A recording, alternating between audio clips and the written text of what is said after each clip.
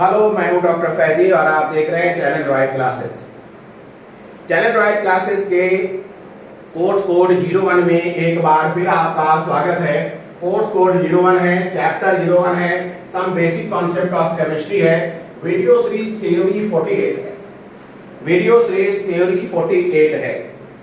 देखिए, अगर आपको इस चैप्टर को ठीक से समझना है तो आपको वीडियो सीरीज थ्योरी 01, 02, 03, 04 करते हुए प्लेलिस्ट में मौजूद सारे वीडियो देखना चाहिए, तभी जाकर के आप इसे सही मायने में ठीक वर्कआउट कर पाएंगे। क्लियर है? तो ये है आपका chapter 01 basic concept of chemistry.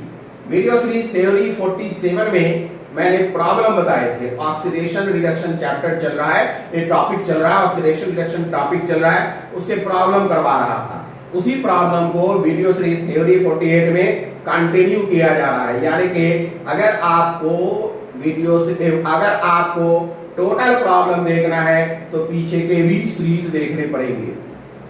आज हम लोग वीडियो सीरीज थ्योरी 48 में देखेंगे नॉन स्टैचोमेट्रिक कंपाउंड से related problem. Non stoichiometric compound से related problem, non stoichiometric compound, non stoichiometric compound से रिलेटेड प्रॉब्लम। देखिए, वैसे तो वीडियो सीरीज थ्योरी 47 में ये मैंने आखिरी कुछ समय में बता दिया था, लेकिन यहीं से फिर शुरू करते हैं। Non stoichiometric compound NSC, non stoichiometric compound NSC, ऐसे कंपाउंड को नॉन स्टैचोमेट्रिक कंपाउंड कहते हैं। ध्यान दीजिएगा, जिसमें फार्मूला जो है वो सिंपल रेशियो में नहीं होता। ऐसे कंपाउंड जिनका फार्मूला सिंपलेस्ट रेशियो में नहीं होता, फ्रैक्शनल रेशियो में होता है, उसे हम नॉन स्टैचोमेट्रिक कंपाउंड कहते हैं। लिखेगा, compounds in which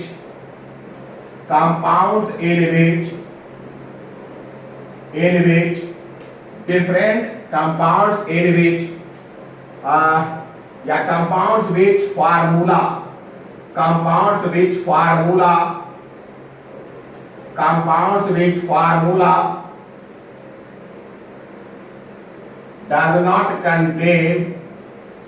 does not contain simple ratio, does not contain simple ratio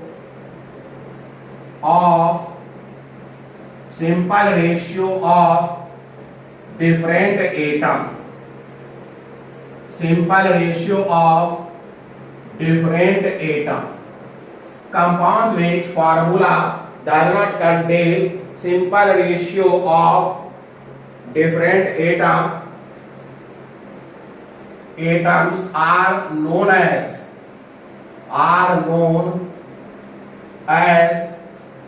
NSC, यानी कि non stoichiometric compound, non stoichiometric compound. ये है non stoichiometric compound, non stoichiometric compound. जैसे एग्जांपल के रूप में आप लिख सकते हैं Fe 0.990, Fe 0.930।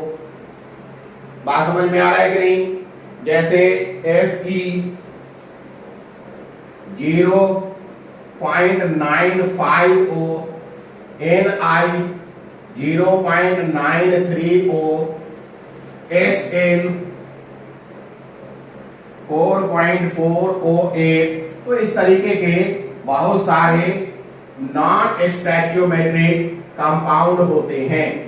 ये नॉन स्टैचोमेट्रिक कंपाउंड में जो फार्मूला होगा, फार्मूला के अंदर जो डिफरेंट एटम होंगे उनके जो रेशियो होंगे वो सिंपलेस्ट नहीं होंगे, उनके जो रेशियो होंगे वो सिंपलेस्ट नहीं होंगे।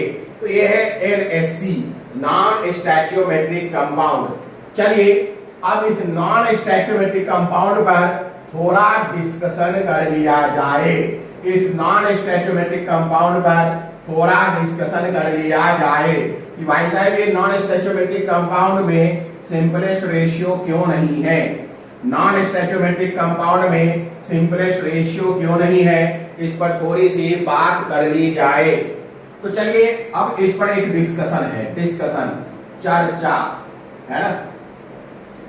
देखिए क्या डिस्कशन है, ध्यान दीजिएगा क्या डिस्कशन है। जो आयनिक कंपाउंड होते हैं आमतौर पे हम लिखते हैं ना NaCl या FeO, आयनिक कंपाउंड है तो इसमें -2 और इस पर +2 होता है 4। यानी हम कहते हैं कि एक मॉलिक्यूल, देखिए ऐसे ही कहा जाता है कि एक मॉलिक्यूल FeO, एक मॉलिक्यूल FeO, एक Fe+2 आयन और एक O2- आयन करते हैं। जब ऐसा कोई बोल रहा होता है तो चलिए कोई बात नहीं है, बोलने दीजिए, लेकिन टेक्निकली ये गलत है क्योंकि पहली बात FeO कोई मॉलिक्यूल नहीं है। FeO करके यानी दो एटम का एक कॉम्बिनेशन नहीं मिलता, FeO कोई मॉलिक्यूल नहीं है। और FeO जब मॉलिक्यूल ही नहीं है तो उसमें एक Fe+2 और एक O2- आयन के होने का कोई मतलब नहीं है। हाँ बोला जाता है, आप इसे समझ भी सकते हैं ऐसे। इस कॉन्सेप्ट में कई बार हम इस कॉन्सेप्ट से कई प्रॉब्लम भी सॉल्व कर लेते हैं, लेकिन हकीकत कुछ और है। हकीकत ये है कि जब आयनिक कंपाउंड बनता है तो बहुत सारे केटायन और बहुत सारे एनायन एक साथ जमा होते हैं। एक केटायन जो है उसको एक एनायन नहीं कई एनायन घेरता है और एक एनायन को कई केटायन घेरता है। तो कई एनायन और कई केटायन मिलकर एक 3 डायमेंशनल अरेंजमेंट जनरेट करता है जिसे हम क्रिस्टल कहते हैं, जिसे हम क्रिस्टल कहते हैं। यहां पर हम आपको 3 डायमेंशनल अरेंजमेंट तो नहीं दिखाएंगे, लेकिन 2 डायमेंशनल पार्ट ऑफ 3 डायमेंशनल दिखा सकते हैं। जैसे ये Fe+2 है, O2- है, Fe+2 है, O2- है, Fe+2 है, O2- है, ठीक है, O2- है, देखिएगा Fe+2 है, O2- है, Fe+2 है, O2- है, Fe+2 है। तो बहुत सारे Fe+2 और बहुत सारे O2- एक जगह जमा हो गए और एक 3 डायमेंशनल अरेंजमेंट तैयार कर लिया है। इसी 3 डायमेंशनल अरेंजमेंट को हम लोग क्या कहेंगे, इसी 3 डायमेंशनल अरेंजमेंट को हम लोग क्रिस्टल कहेंगे। तो इस तरीके से ये एक क्रिस्टल की शक्ल में रहता है, कोई मॉलिक्यूल की शक्ल में नहीं रहता। Fe+2 O2- Fe+2 का एक कलेक्शन जनरेट हो जाता है। यहाँ पर जो हमने दिखाया है 2 डायमेंशनल दिखाया है, आप देख सकते हैं कि एक नेगेटिव आयन O2- को कई Fe+2 सराउंड किए हुए हैं, घेरे हुए हैं, और उसी तरीके से एक Fe+2 को कई O2- घेरे हुए हैं। तो ये इस तरीके से एक क्रिस्टल जनरेट होता है, एक 3 डायमेंशनल अरेंजमेंट क्रिएट होता है। हाँ यहाँ पर जो दिखाया जा रहा है ये बिल्कुल 3 डायमेंशनल अरेंजमेंट नहीं है, लेकिन ये 3 डायमेंशनल अरेंजमेंट का 2 डायमेंशनल पार्ट है। Fe+2 O2- Fe+2 O2- इस तरीके का ये कॉम्बिनेशन मिलता है।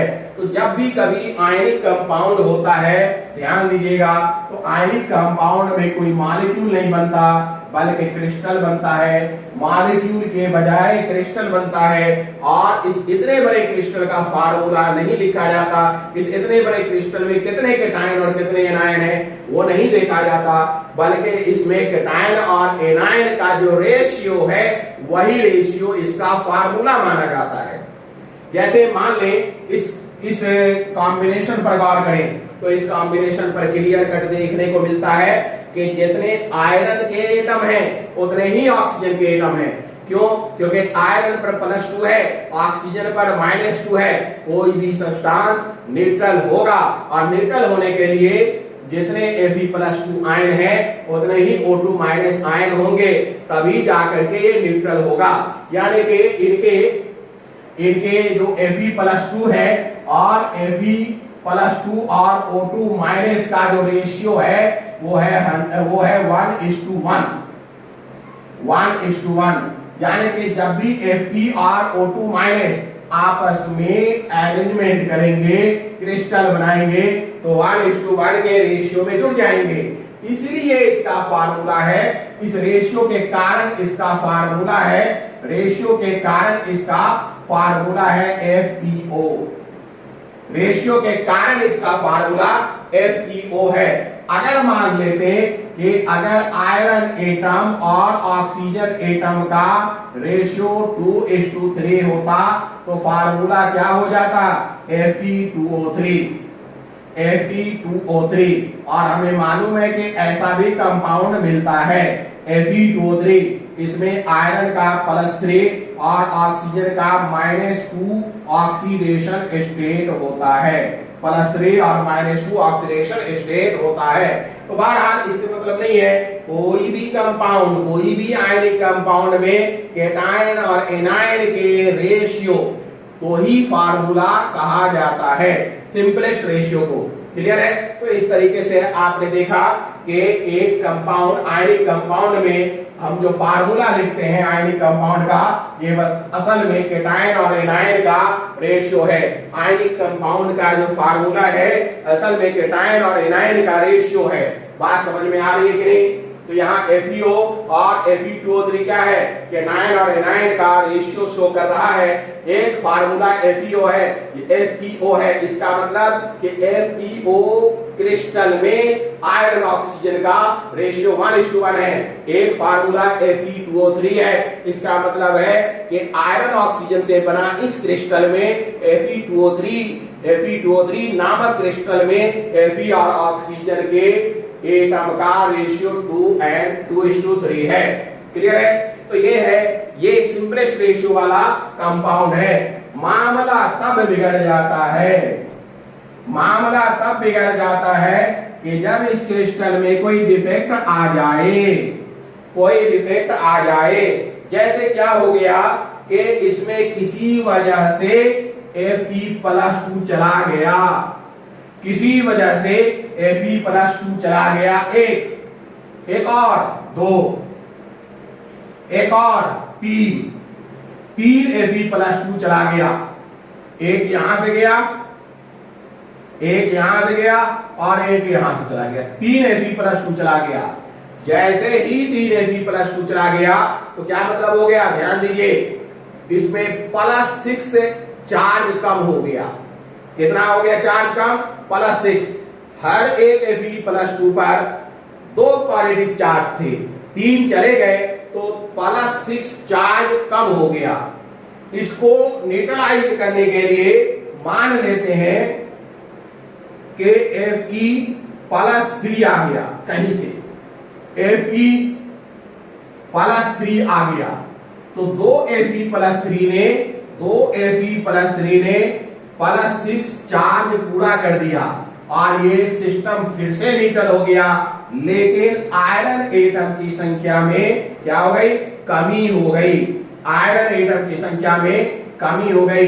यहां पर आयरन एटम खाली रह गया।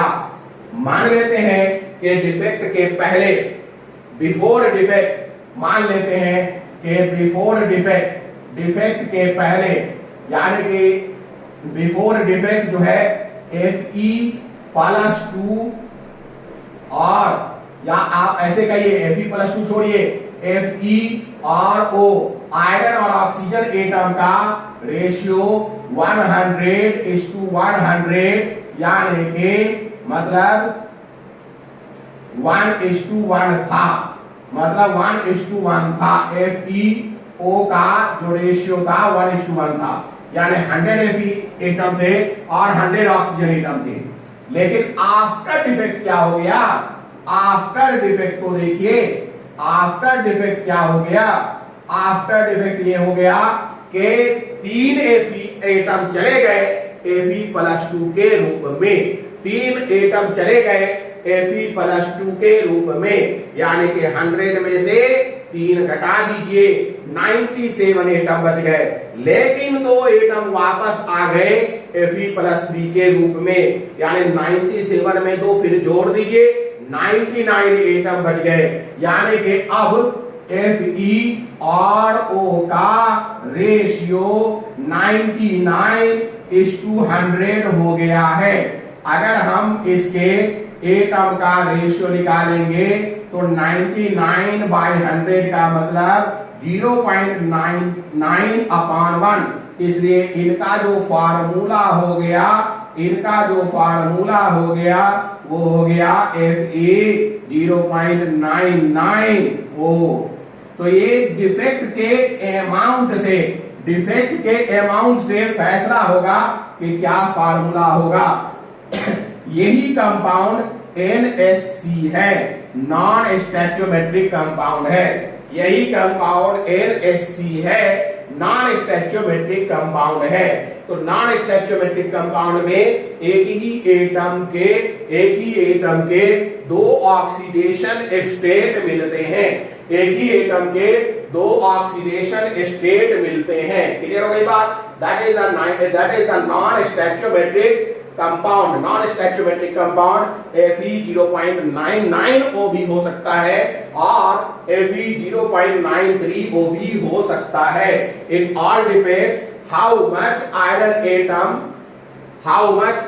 atom is removed during defect। कितना एटम रिमूव हुआ है डिफेक्ट्स के दरमियान, उस पर ये निर्भर करेगा NaC का फार्मूला। बात समझ में आ रहा है? चलिए अब NaC समझ जाने के बाद NaC यानी कि नॉन स्टैच्योमेट्रिक कंपाउंड से रिलेटेड कुछ क्वेश्चन बनाया जाए। नॉन स्टैच्योमेट्रिक कंपाउंड से रिलेटेड कुछ क्वेश्चन बनाया जाए। चलिए पहला क्वेश्चन देखिए। पहला क्वेश्चन है Fe 0.93। पहला क्वेश्चन अपना है Fe 0.93O। Fe 0.93O। इसमें ऑक्सीडेशन स्टेट आयरन का निकालिए। चलिए हमें रूल मालूम है, X आयरन का ऑक्सीडेशन स्टेट मान लें इनटू 0.93 से इसे मल्टीप्लाई करेंगे। 0.93 से इसे मल्टीप्लाई करेंगे। अगर हमने मान लिया कि X एटम है, X इसका ऑक्सीडेशन स्टेट है, तो 0.93 से मल्टीप्लाई करेंगे +-2 into 1, क्योंकि ऑक्सीजन का ऑक्सीडेशन स्टेट, ऑक्सीजन का नंबर 1 है, इन सब का जोड़ 0 होगा, क्योंकि ये NaC होते हुए भी न्यूट्रल है। NaC है और न्यूट्रल मॉलिक्यूल है, इसलिए इनके सारे ऑक्सीडेशन स्टेट का जोड़ 0 के बराबर होगा। तो ये अपना 0.93x - 2 बराबर 0 हो गया। जरा सॉल्व करिए तो x बराबर अपने को 200/93 मिलेगा। ये जो x है ये एवरेज ऑक्सीडेशन नंबर है। ये वास्तव में किसी एटम का ऑक्सीडेशन नंबर नहीं है, बल्कि ये एवरेज ऑक्सीडेशन नंबर है। इसमें 2 प्रकार के एटम मिले हुए हैं। एवरेज ऑक्सीडेशन नंबर हमेशा ध्यान रखिएगा कि इसमें जो 2 ऑक्सीडेशन स्टेट हैं उनके बीच का होगा। आपको मालूम है कि Fe 0.93 में एक ऑक्सीडेशन स्टेट +2 है और एक ऑक्सीडेशन स्टेट +3 है। तो ये जो 200/93 है ये +2 और +3 के बीच में ही कोई वैल्यू होगा। चलिए चेक करते हैं कि क्या वाकई ये बीच में है। चलिए मैं चेक करता हूं। 93 से 200 को डिवाइड करिए। 2 से आप डिवाइड कर सकते हैं, 3 से तो नहीं कर सकते। 3 × 27 होता है, 2 से करके देखिए क्या हो जाएगा। 2 × 3 = 6, 2 × 18, 6 × 4 = 10, ये हो गया 9, 8 1 9, ये और ये कैंसिल, पॉइंट दीजिए तो 140 हो जाएगा। 2 बार में ये नहीं जाएगा क्योंकि 186 हो जाएगा, तो निश्चित रूप से 1 टाइम्स जाएगा, तो 1 टाइम्स जाएगा तो 93, 3 7 10, ये 3 हो गया, कितना हो गया 13, 10 11 12 13, 4 बार में ये चला जाएगा, है ना 4। अब देखिए कितनी बार में जाएगा, 9 5 45, 5 टाइम्स जा रहा है, 5 3 15 8 1, 5 9 45, 1 46, तो 5 5 10, ये 6 6 0 हो गया, कट गया। अब यहां से इतने ही पर रोक लिया जाए 2.15, निश्चित रूप से 2.15 +2 से बड़ा है और +3 से छोटा है। मैंने यही तो कहा था कि एवरेज ऑक्सीडेशन नंबर +2 और +3 के बीच में कोई अंक आएगा, ये मान लेते हैं 2.15 है, तो it is the average oxidation number, average oxidation number. Clear हो गई बात? चलिए NaC का हमने एवरेज ऑक्सीडेशन नंबर निकाल लिया। अब आगे अगला कैलकुलेशन देखते हैं। लिखिएगा calculate percentage of Fe+2 in Fe0.930। अगला क्वेश्चन है calculate percent of Fe+2, calculate percent of Fe+2, ध्यान दीजिएगा, calculate percent of Fe+2 in Fe0.93। अगला क्वेश्चन है अपना कैलकुलेट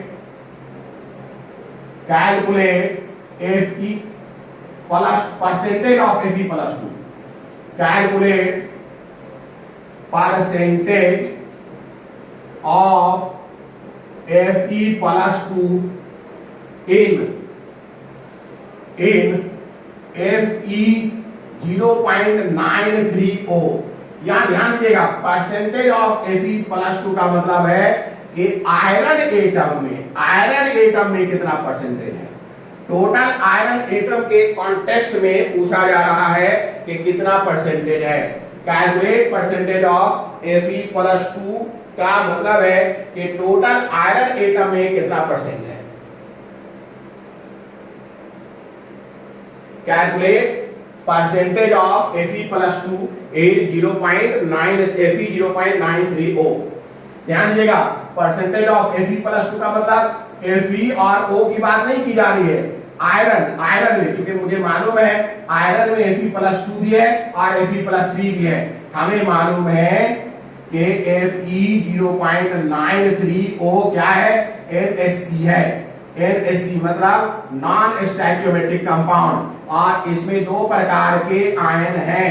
एक ही एटम अपने 2 ऑक्सीडेशन स्टेट में है, एक Fe+2 और एक Fe+3। तो यहां जो मैं परसेंटेज पूछ रहा हूं, ये मैं पूछ रहा हूं Fe+2 और Fe+3 के टोटल पॉपुलेशन का परसेंट पूछ रहा हूं, ना कि इसमें ऑक्सीजन शामिल कर रहा हूं। क्लियर है? चलिए इसे कैसे निकालते हैं देखें। मान लेते हैं, ये लिख लिया होगा आपने, मान लेते हैं कि टोटल आयरन एटम अपने को 100 है। टोटल आयरन एटम अपने को क्या है, 100 है। Let total Fe atom, let total Fe atom in Fe0.930 is equal to 100। let total Fe atom in Fe0.930 is equal to 100। Clear है? तो सीधी सी बात है, H is equal to हमने मान लिया नंबर ऑफ Fe+2 और 100 माइनस X बराबर हो जाएगा number of Fe+3, number of Fe+3। X is equal to number of Fe+2 और 100 minus X is equal to number of Fe+3। चलिए अब काम करते हैं। एवरेज ऑक्सीडेशन नंबर बराबर अपने को मालूम है total charge upon total number होता है, total charge upon total number of atom होता है। तो चलिए हम टोटल चार्ज और टोटल नंबर ऑफ एटम को एवरेज ऑक्सीडेशन नंबर से क्या कर दें, इक्वेट कर दें। अपने को मालूम है कि average atomic number, average oxidation number 200/93 आया है। टोटल चार्ज कितना हो जाएगा, x Fe+2 है और इन पर +2 का चार्ज है, प्लस Fe+300 माइनस x है और इस पर +3 का चार्ज है इंटू +3 और टोटल एटम अपने को 100 है। टोटल एटम अपने को 100 है। अब ये हम क्या करेंगे, गुना कर लेंगे।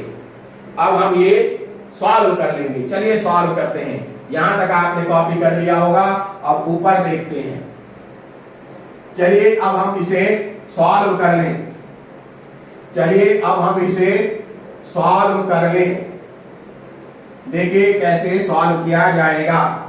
क्या हम इसे क्रॉस मल्टीप्लिकेशन कर सकते हैं? बिल्कुल कर सकते हैं, लेकिन क्रॉस मल्टीप्लिकेशन के पहले इस तरीके से लिख लेते हैं। 200/93 is equal to 2x plus ये क्या हो जाएगा 300 माइनस 3x अपॉन 100। चलिए अब सॉल्व करें तो ये हो जाएगा 2000, 2 पर 4 0, ये हो जाएगा 93 इंटू 2x प्लस 93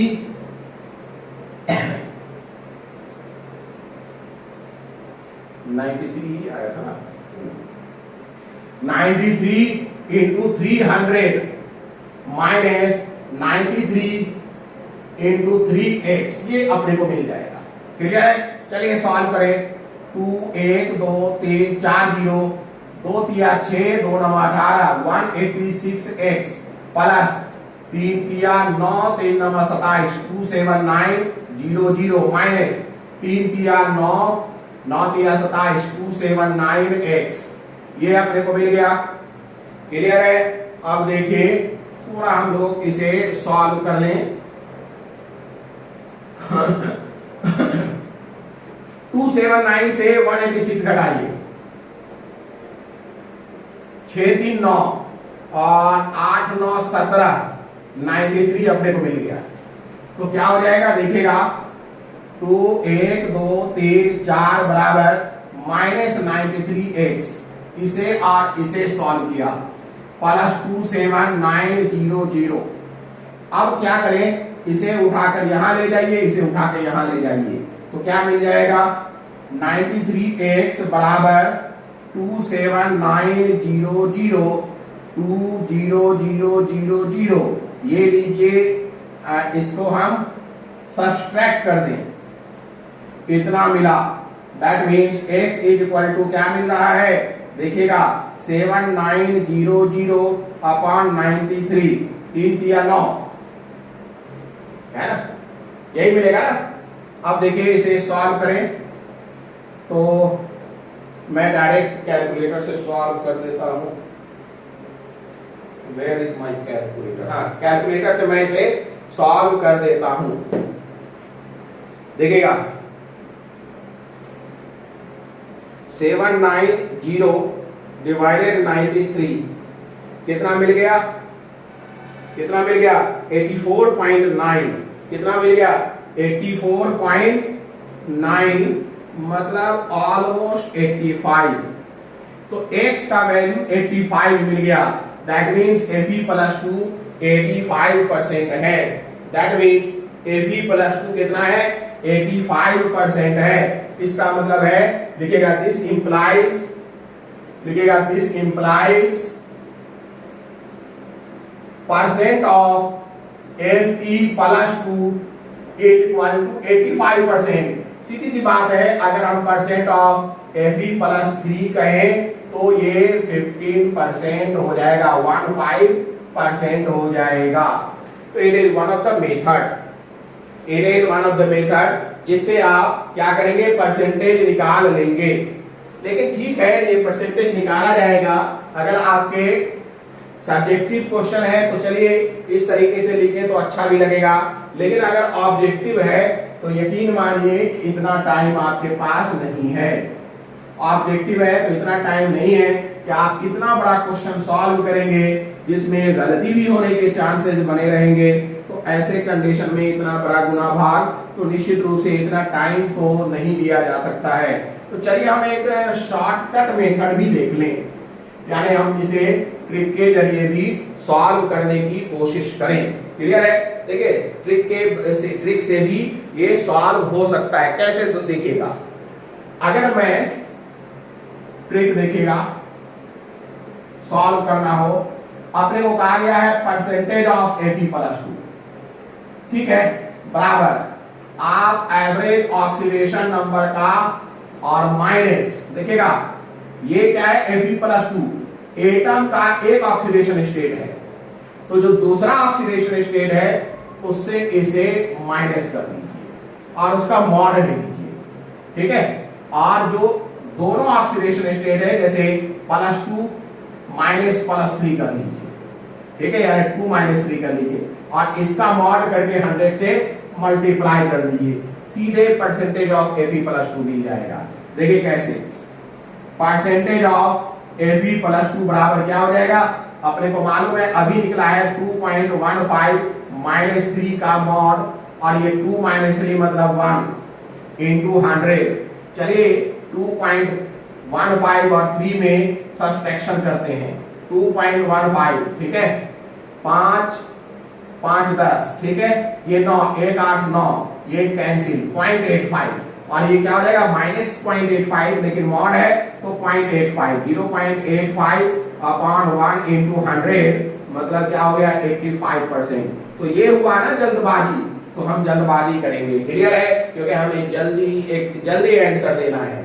हाँ, एक काम और कर सकते हैं, परसेंट ऑफ Fe+3 को चेक कर लें इसी तरीके से कि क्या इसी मेथड से परसेंट ऑफ Fe+3 निकालेंगे तो उतना ही वैल्यू आएगा। देखते हैं सही आंसर आएगा कि नहीं, इसे चेक करके देखा जाए। Percent of Fe+3, percent of Fe+3 इसी ट्रिक से निकाला जाए तो परसेंट ऑफ Fe+3 क्या हो जाएगा, Fe+3 लिया है तो एवरेज ऑक्सीडेशन नंबर माइनस, ये +3 लिया है तो 2 डिवाइड से माइनस करेंगे और नीचे वही रहेगा 2 -3 × 100 क्या हो जाएगा भाई, percent of Fe+3 is equal to ये 2.15 -2 आया है अपॉन ये तो 1 हो ही जाएगा × 100। आपको मालूम है 2.15 और 2 का क्या हो जाएगा रेशियो, क्या हो जाएगा डिफरेंस 0.15 और चूंकि मॉड है तो माइनस करके कोई मतलब है नहीं, सीधे 0.15 × 100 कर लीजिए 15%। तो इसका मतलब है कि ट्रिक कामयाब है। इस ट्रिक का इस्तेमाल आप किया करें, इस ट्रिक का इस्तेमाल आप करें। क्लियर है? अब अगला क्वेश्चन देखिए, अगला क्वेश्चन, नेक्स्ट क्वेश्चन, अगला क्वेश्चन क्या है इस पर गौर करें। नेक्स्ट क्वेश्चन है SN4.408, नेक्स्ट क्वेश्चन है SN4.408 और इसमें ऑक्सीडेशन स्टेट निकालना है। SN4.408 इसमें आपको Sn का ऑक्सीडेशन स्टेट निकालना है। निकाला जा सकता है, we know general rule, x मान लेंगे 4.4 से गुना कर देंगे प्लस ऑक्सीजन का -2 होता है 8 से गुना कर देंगे क्योंकि 8 ऑक्सीजन एटम है और ये न्यूट्रल है 0 से इक्वेट कर देंगे तो 4.4x प्लस और ये कितना आ जाएगा -16, तो फाइनली -16 इज इक्वल टू 0।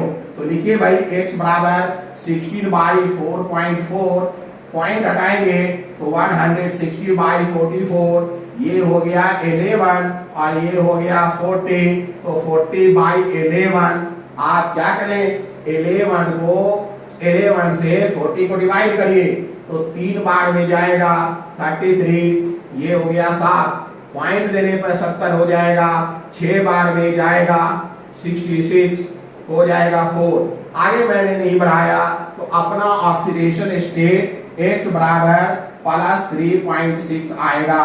ये जो +3.6 है ये वास्तव में एवरेज ऑक्सीडेशन नंबर है, वास्तव में ये एवरेज ऑक्सीडेशन नंबर है। क्लियर है? तो चलिए इस तरीके से आप चाहें तो एवरेज ऑक्सीडेशन नंबर निकाल सकते हैं। अगला देखिए, अगला क्वेश्चन है कैलकुलेट कैलकुलेट कैलकुलेट या कैलकुलेट रेशियो ऑफ, अगला क्वेश्चन लिखते हैं कैलकुलेट रेशियो ऑफ, है ना, Sn +2 and Sn +4 in Sn 4.408। देखिए इस क्वेश्चन को पढ़िए, ये क्वेश्चन खुद बता रहा है कि Sn 4.408 में एक ही एटम Sn के दो ऑक्सीडेशन स्टेट हैं, एक Sn+2 है और एक Sn+4 है। ये हमें बता दिया इसने कि भाई एक Sn+2 है और एक Sn+4 है। ये खुद क्वेश्चन ही बता रहा है कि Sn 4.408 में रेशियो अपने को बताना है Sn+2 और Sn+4 का। मतलब ये है कि Sn 4.408 में Sn के दो ऑक्सीडेशन स्टेट हैं और एक +2 है और एक +4 है। चलिए इसमें भी हम परसेंटेज निकाल लेंगे, रेशियो निकल जाएगा। देखिए अगर हम परसेंटेज ऑफ Sn+2 निकालें तो क्या हो जाएगा, अभी ट्रिक जो इस्तेमाल किया था उसी को करिए। क्या हो जाएगा, एवरेज ऑक्सीडेशन नंबर 3.6 माइनस, अब +2 है तो 4 से इसे सब्ट्रैक्ट करिए और इसका मॉड ले लीजिए। ये क्या है +2 और दूसरा क्या है +4, यानी 4 - 2 का मॉड होगा × 100। चलिए क्या हो जाएगा भाई, परसेंट ऑफ Sn+2 चेक करिए क्या निकल गया, ये 3.6 और 4 का मतलब क्या है भाई 0.4। देखिएगा 4.0 और 3.6, 6 4 10, 0.4 है ना, तो 0.4/2 × 100 यही तो मिलेगा। क्या हो गया भाई, परसेंट ऑफ Sn+2 बराबर मिल जाएगा 40/2 मतलब 20%।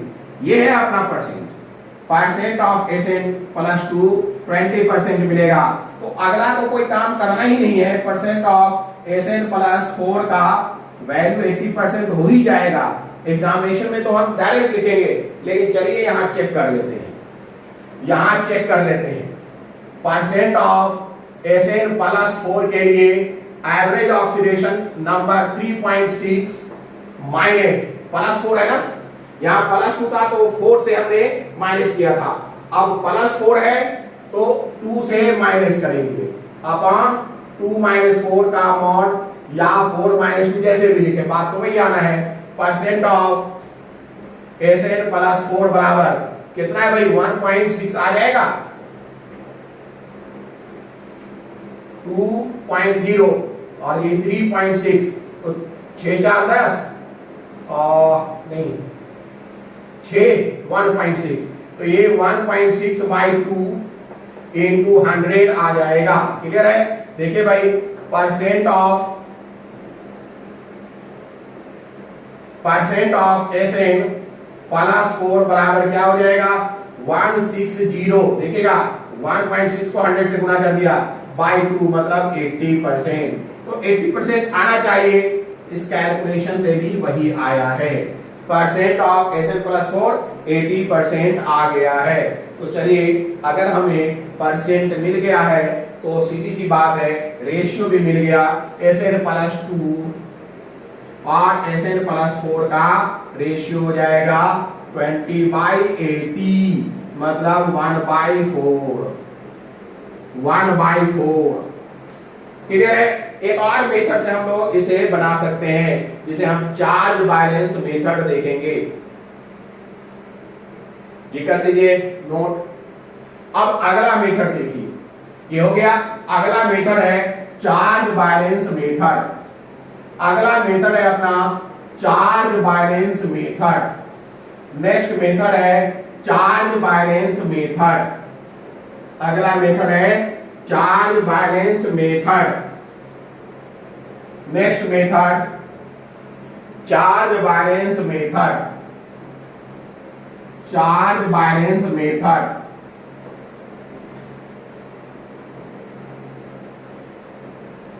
नेक्स्ट मेथड है, वही सेम क्वेश्चन है, charge balance method, same question है उसी का बना रहे हैं, चार्ज बैलेंस मेथड।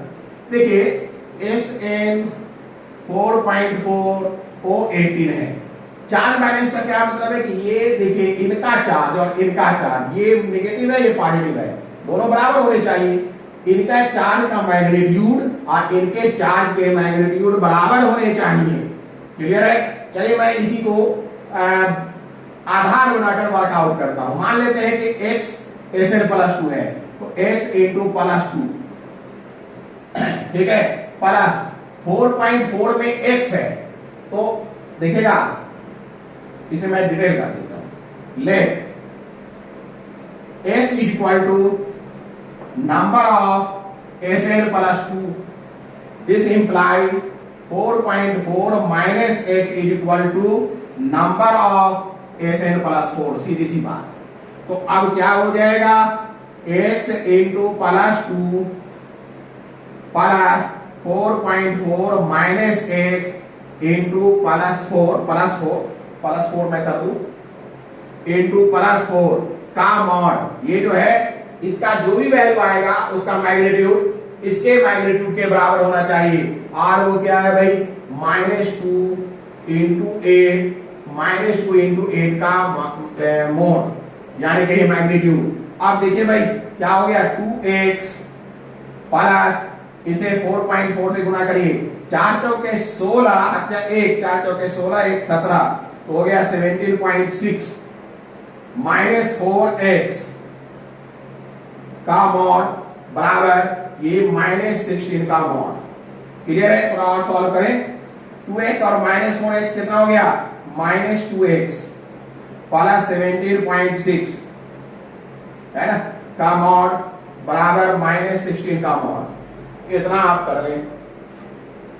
क्लियर है?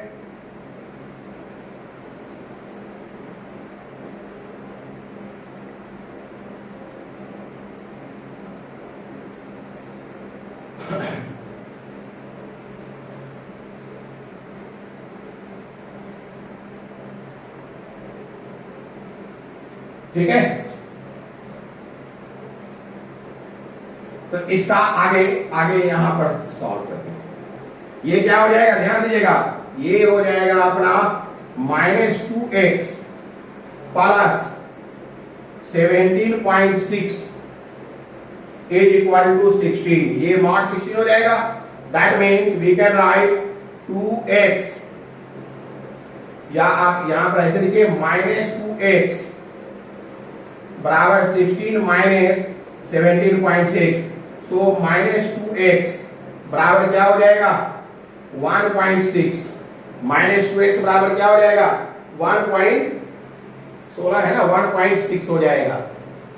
बात समझ में आ रहा है कि नहीं, 1.6, so we can write x = 1.6/2, minus हो जाएगा ना, माइनस कैंसिल, तो ये कितना हो जाएगा 20 कर लीजिए, ये हटा दीजिए, तो ये हो जाएगा 2 × 10 = 20, 2 × 8 = 16, मतलब 0.8।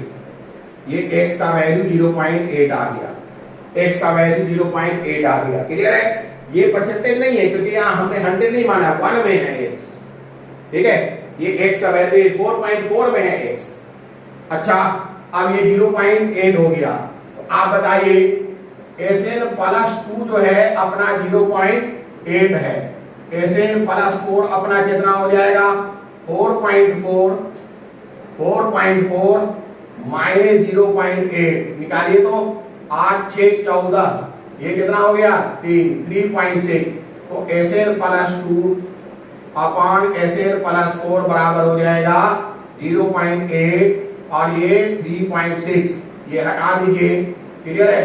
तो 4 दूनी 8, 4 9 36, ठीक है, Sn + 2 अपॉन Sn + 4 बराबर हो गया 2/9, यानी कि ध्यान दीजिए ऑलमोस्ट जो है 2/9 का मतलब है 9 से 2 को भाग दीजिए, 0.9 दूनी 18, 2 20, 9 दूनी 18, ऑलमोस्ट 0.22, ऑलमोस्ट 0.22, ठीक है, ऑलमोस्ट 0.22 आ गया। मान के चलिए अगर मैं इसे ठीक से सॉल्व करूं, अगर मैं इसे ठीक से सॉल्व करूंगा तो 0.25 भी आ जाएगा। ये 17.6 है, आ जाएगा, ऑलमोस्ट ही रहेगा। असल में ये जो 4.4 है ना, इसमें करेक्शन, इसमें 4.4 के साथ कुछ और भी होगा, तो 0.22 आया है, वहां 1/4 आया था, 0.25 आया था, ऑलमोस्ट समान आ जाएगा। क्लियर है ना? तो इस चार्ज बैलेंस मेथड से भी अपने को सॉल्व कर लेंगे। क्लियर हो गई बात? चलिए, तो इस तरीके से आपने क्वेश्चन देखा NHC पर, नॉन स्टैच्यूमेट्रिक कंपाउंड पे भी आपने क्वेश्चंस देख लिए। चलिए अब एक नया क्वेश्चन, अब एक नया क्वेश्चन, एक नया क्वेश्चन देखिए। इसे 0.22 से घबराने की जरूरत नहीं है, वो एग्जैक्ट कैलकुलेशन पर 0.25 दोनों में आ जाएगा, दोनों में आ जाएगा। वहां जो हमने एवरेज ऑक्सीडेशन नंबर लिया है ना 3.6, वो पूरा 3.6 थोड़े है, 3.6 समथिंग था जो पिछले मेथड्स में, मेथड 1 में इस्तेमाल किया है 3.6, वो एग्जैक्ट 3.6 थोड़े है, 3.6 समथिंग था। तो अगर पूरा कैलकुलेशन करेंगे तो एग्जैक्ट आ जाएगा। चलिए अब एक बड़ा इंपॉर्टेंट क्वेश्चन है जिसे आप ध्यान से देखिएगा, ये काफी बढ़िया क्वेश्चन है। इसमें थोड़ा हम लोग इस बात को समझ लें, पहले इस बात को समझ लें कि इस क्वेश्चन को सॉल्व करते हुए एक कॉन्सेप्ट अपने को आने वाला हाइब्रिडाइजेशन। और हाइब्रिडाइजेशन अगर आपने 10th पास करने के बाद ये वीडियो देखना शुरू किया है, सीरीज 10th पास के बाद वीडियो सीरीज देखना शुरू किया है, तो you don't know about hybridization, hybridization के बारे में आप नहीं जानते। अगर मैं चाहूं कि अभी के अभी आपको हाइब्रिडाइजेशन बता दूं तो ये पॉसिबल नहीं है। लेकिन जिन लोगों ने 11th पास कर लिया है, 11th, I am not telling about 12, 11th पास कर लिया है, उन्हें हाइब्रिडाइजेशन मालूम है। आप भी तीसरे चौथे चैप्टर में हाइब्रिडाइजेशन देखेंगे, केमिकल बॉन्डिंग में या स्ट्रक्चर ऑफ मॉलिक्यूल में हाइब्रिडाइजेशन देखेंगे। तो आपको मैं ये बताऊंगा 10th पास बच्चे को कि घबराना नहीं है, ये जो मैं टॉपिक बता रहा हूं अगर आप समझ पाते हैं तो ठीक है, नहीं समझ पाते हैं तो आप अपने नोटबुक में उसे पूरा नोट करिए और लिख लीजिए वहां पर कि it should be repeated again, this video should be repeated again when after studying hybridization, after studying hybridization. यानी ये जो मैं क्वेश्चन दे रहा हूं इसे दोबारा आप देखेंगे इस वीडियो पर, लेकिन कब? हाइब्रिडाइजेशन जब खत्म हो जाएगा तब। हाइब्रिडाइजेशन कब खत्म होने वाला है? केमिकल बॉन्डिंग नाम के चैप्टर में। क्लियर है? लेकिन जो ये वीडियो सीरीज 10th पास 11th पास कर चुके हैं वो अगर रिवीजन के लिए, कॉन्सेप्ट क्लियर करने के लिए देख रहे हैं, या जो 12th पास कर गए हैं वो देख रहे हैं, तो उन्हें हाइब्रिडाइजेशन आता है। तो चूंकि यहाँ हम सीक्वेंस को खराब नहीं कर रहे हैं, हाइब्रिडाइजेशन के भी कॉन्सेप्ट का इस्तेमाल करते हुए क्वेश्चन दे रहा हूं। देखिए अपना एक क्वेश्चन है Na2H2O3, Na2H2O3, ये अपना एक क्वेश्चन है। क्लियर है? Na2H2O3 ये कहलाता है सोडियम थायोसल्फेट, इसका नाम है सोडियम थायोसल्फेट, सोडियम थायोसल्फेट है ना, सोडियम थायोसल्फेट। देखिए यहां सोडियम थायोसल्फेट क्यों? SO4 को हम कहते हैं सल्फेट आयन, सब जानते होंगे सल्फेट आयन। SO4 का स्ट्रक्चर है S double bond O double bond O O minus, ये है इसका स्ट्रक्चर। क्लियर है? या इसका स्ट्रक्चर ऐसे भी लिख सकते हैं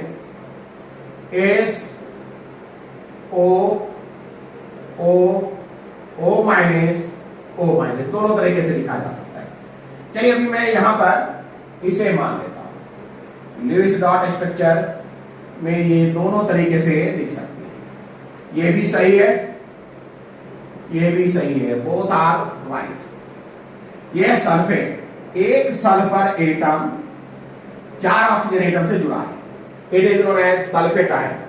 अगर मैं इस सल्फेट आयन में से एक O हटा दूं, एक O हटा दूं और एक S जोड़ दूं, तो ये बन जाएगा S double bond S O minus double bond O। ये जो आपके सामने नया स्ट्रक्चर आ गया है, this structure is known as thiosulphate.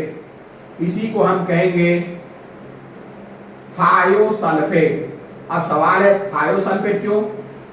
Sulphur का एक नाम थायो भी है, ये सल्फेट ही था लेकिन ऑक्सीजन हटा दिया गया है और थायो जोड़ दिया गया है, इसलिए इसे हम थायोसल्फेट के नाम से पुकारते हैं।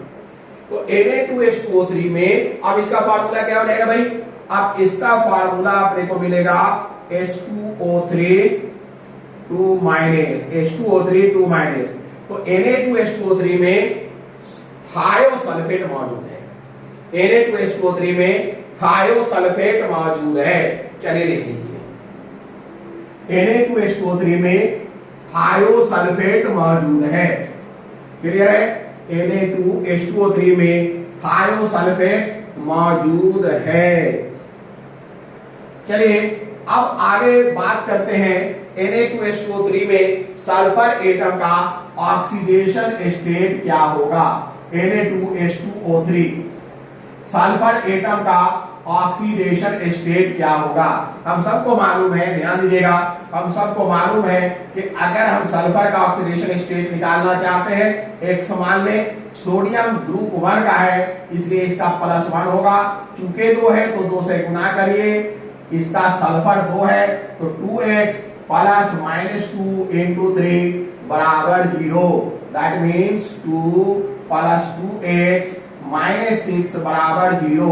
चलिए सॉल्व करते हुए चले, 2x बराबर क्या मिल जाएगा? 6 माइनस 2 बराबर 4, 6 इधर गया 2 इधर गया, अब क्या हो जाएगा? 2x बराबर 4, दैट मीन्स x बराबर +2। सल्फर का ऑक्सीडेशन स्टेट अपने को क्या मिल गया बताइए? +2। याद रखिए, जब किसी कंपाउंड में ध्यान दीजिएगा, जब किसी कंपाउंड में सेम एटम एक से ज्यादा बार आता है, सेम एटम एक से ज्यादा बार आता है, तो जो ऑक्सीडेशन स्टेट निकलता है वो एवरेज ऑक्सीडेशन नंबर है। ये एवरेज ऑक्सीडेशन नंबर है। क्या ये average oxidation number individual oxidation number के बराबर है? यही हमें देखना है, इसे ही देखना है। चलिए इसे देखने के लिए एक डिस्कशन करते हुए चले। क्या मैंने कहा? Na2H2O3 में सल्फर का ऑक्सीडेशन नंबर +2 आया है, जिसे हम एवरेज ऑक्सीडेशन नंबर कहेंगे। मैं ये चाहता हूं कि दोनों सल्फर एटम का ऑक्सीडेशन नंबर क्या +2 है, इसे हम लोग चेक करें। चलिए इसे चेक करते हैं, लेकिन इसे चेक करने के पहले एक डिस्कशन करते हुए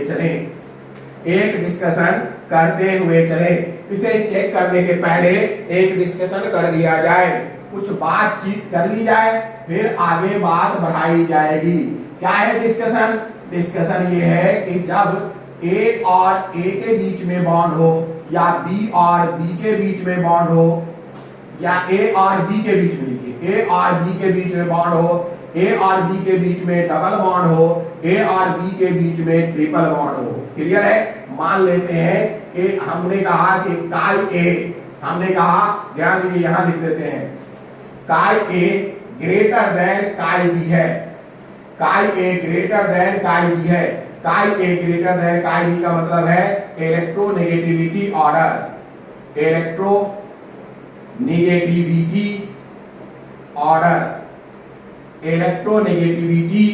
ऑर्डर, यानी कि A की इलेक्ट्रोनेगेटिविटी ज्यादा है, B की इलेक्ट्रोनेगेटिविटी कम है। A की इलेक्ट्रोनेगेटिविटी ज्यादा है, B की इलेक्ट्रोनेगेटिविटी कम है।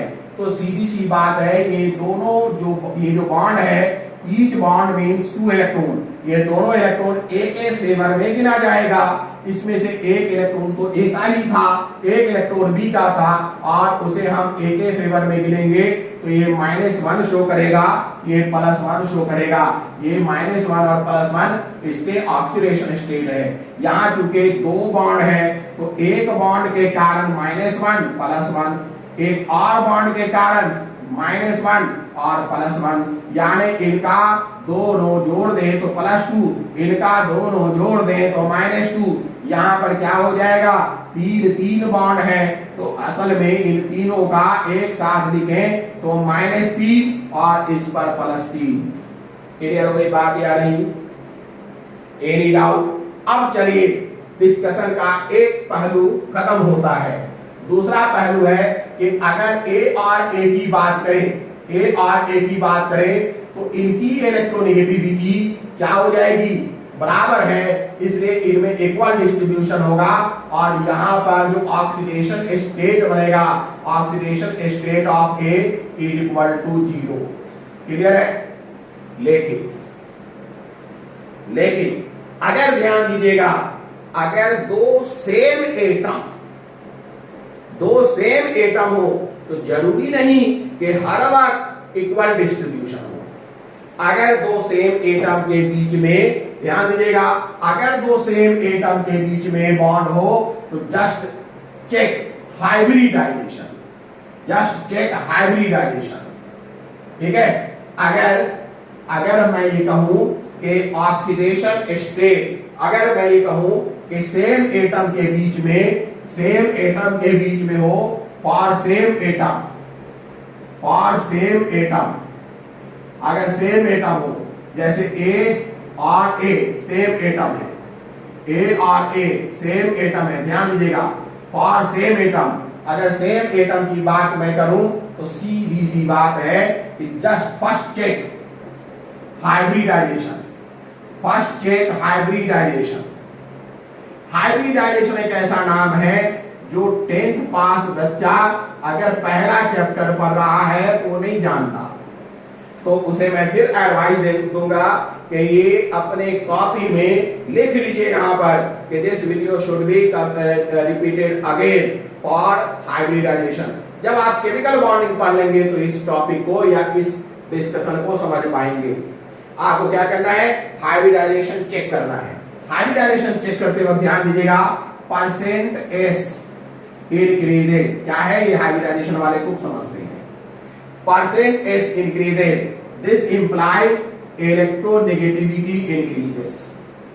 अगर percentage of S character increase करेगा तो इलेक्ट्रोनेगेटिविटी इंक्रीज करेगा। इसका मतलब ये है, ध्यान दीजिएगा, इसका मतलब ये है कि sp की इलेक्ट्रोनेगेटिविटी ज्यादा है। इसका मतलब ये है कि इलेक्ट्रोनेगेटिविटी ऑर्डर की अगर मैं बात करूं, इलेक्ट्रोनेगेटिविटी ऑर्डर की अगर मैं बात करूं तो sp का ज्यादा होगा, फिर sp2 का होगा और फिर sp3 का होगा। sp में s का 50% होता है, sp2 में इसका 33.33% होता है और sp3 में 25% होता है। चूंकि इसमें sp 50% है इसलिए इलेक्ट्रोनेगेटिविटी इसका ज्यादा होगा। बात समझ में आ रहा है कि नहीं? अगर हाइब्रिडाइजेशन सेम है तो इक्वल डिस्ट्रीब्यूशन। अगर हाइब्रिडाइजेशन डिफरेंट है तो जिसका %S इंक्रीज करेगा उसे -1 मिल जाएगा। अगर ध्यान दीजिएगा, अगर A और A के बीच में, ठीक है, सेम हाइब्रिडाइजेशन, तब तो oxidation state of A equal to 0। अगर A और A के बीच में सेम हाइब्रिडाइजेशन नहीं है तो %S इंक्रीजेज, जिसका ज्यादा है उसको -1, अब %S डिक्रीजेज उसको +1। ये मिलने वाला है। क्लियर है हाइब्रिडाइजेशन के केस में? चलिए अब फिर वापस आते हैं Na2H2O3 पर। अब वापस आते हैं Na2H2O3 पर, यानी कि सोडियम थायोसल्फेट पर। अब वापस आते हैं Na2H2O3 पर, यानी कि सोडियम थायोसल्फेट पर। Na2H2O3 पर यानी कि सोडियम थायोसल्फेट पर अब वापस आते हैं। देखिए Na2H2O3 क्लियर है। इसका स्ट्रक्चर देखिए NaO, ये आयनिक बॉन्ड है, S double bond S double bond O Na। इसमें तो दो राय है ही नहीं कि ये दोनों ऑक्सीजन एटम, ये दोनों इलेक्ट्रॉन ऑक्सीजन के फेवर में जाएगा, -1 +1। इस पर गौर करिए, ऑक्सीजन की इलेक्ट्रोनेगेटिविटी ज्यादा होती है -1, इलेक्ट्रोनेगेटिविटी ऑक्सीजन की सल्फर से ज्यादा है -1, इसके तो हो गए -2। इसकी बात करिए चेक इट, इसमें दो बॉन्ड हैं। इस दोनों इलेक्ट्रॉन को हम इसके लिए काउंट करेंगे, इस दोनों इलेक्ट्रॉन को इसके लिए काउंट करेंगे, -2 डेवलप हो जाएगा। आप ऐसे लिख लें -1 ठीक है। इसके लिए काउंट करिए, ये -1 और इस सल्फर को +1 तो पहले ही मिल चुका है, एक +1 इसके कारण भी मिल जाएगा। क्लियर है, ये इसके कारण -1 और ये +1। अब आइए, इसके कारण इसे -1 मिला है तो +1, तो कितना मिल चुका भैया इसको, 1 2 3 4। अब बाकी बचा इन दोनों में, पहले हम इस सल्फर एटम का हाइब्रिडाइजेशन निकालें। हाइब्रिडाइजेशन निकालने का तरीका केमिकल बॉन्डिंग में पढ़ेंगे। हाइब्रिडाइजेशन निकालने का तरीका है कि सिग्मा बॉन्ड और लोन पेयर को जोड़ा जाए।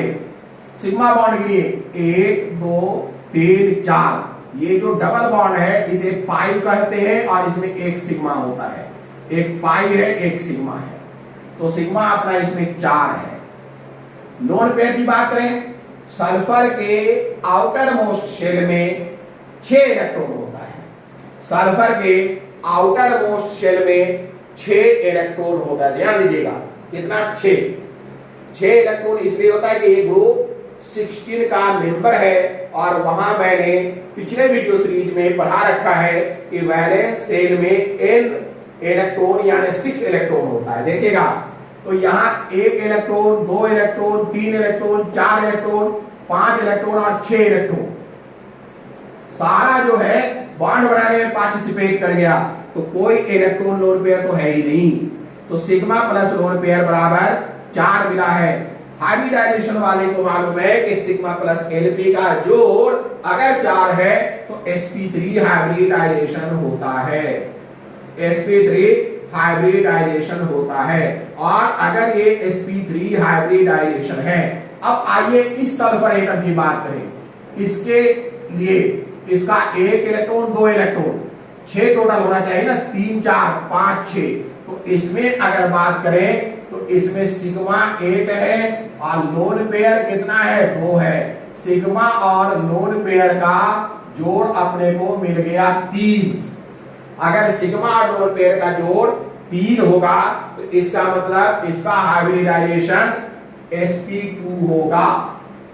दैट मींस ध्यान दीजिएगा, और हमें मालूम है कि sp2 की इलेक्ट्रोनेगेटिविटी sp3 से ज्यादा होता है, अभी बात हुई है, sp2 की इलेक्ट्रोनेगेटिविटी sp3 से ज्यादा होता है। इसका मतलब ये है, ध्यान दीजिएगा कि इनमें इसका इलेक्ट्रोनेगेटिविटी ज्यादा है, इसमें इनका इलेक्ट्रोनेगेटिविटी क्या है, बोलिए, ज्यादा है, यानी दोनों बॉन्ड का इलेक्ट्रॉन इन्हें मिलेगा गिनती में -1 यानी -2। तो ध्यान दीजिएगा, इस सल्फर एटम को कितना हो गया, 1 2 3 4, इसको कितने हो गया, 4, एक हिस्से 2 हिस्से 3 4, इसको कितने हो गए भाई,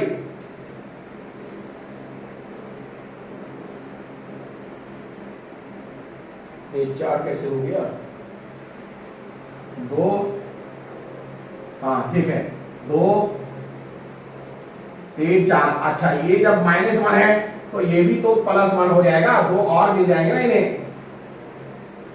इसके कारण +1 +1, इनके कारण भी तो इन्हें मिलेगा +1 +1, यानी ये कहिए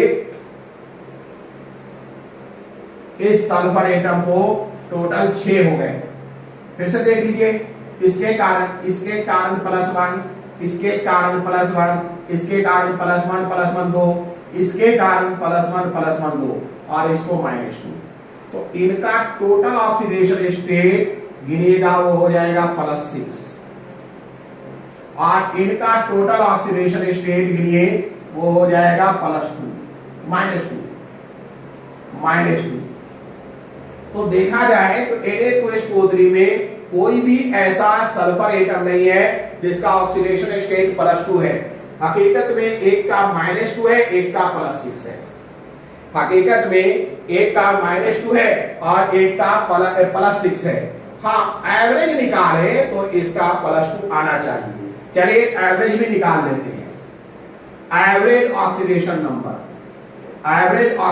नंबर एक का है -2, तो -2 × 1 प्लस दूसरे का है +6 × 1, टोटल एटम 2 है, तो एवरेज ऑक्सीडेशन नंबर अपना निकल गया, कितना निकल गया? -2 + 6/2 मतलब 4/2 मतलब 2। यही अपने को मिला था पहले कैलकुलेशन में, यही एवरेज ऑक्सीडेशन नंबर पहले कैलकुलेशन में मिला था जनरल मेथड से, यही अपने को एवरेज ऑक्सीडेशन नंबर में मिला था। क्लियर हो गई बात? तो हमने देखा कि एवरेज ऑक्सीडेशन नंबर जो है, एवरेज ऑक्सीडेशन नंबर जो भी निकले कोई जरूरी नहीं कि वही इंडिविजुअल ऑक्सीडेशन नंबर भी हो। फिर हमने देखा कि ऑक्सीडेशन नंबर हाइब्रिडाइजेशन के कारण भी चेंज हो जाता है। ठीक है, चलिए अब आगे कुछ और क्वेश्चन बनाया जाए। नेक्स्ट क्वेश्चन, अगला क्वेश्चन देखिए। अगला क्वेश्चन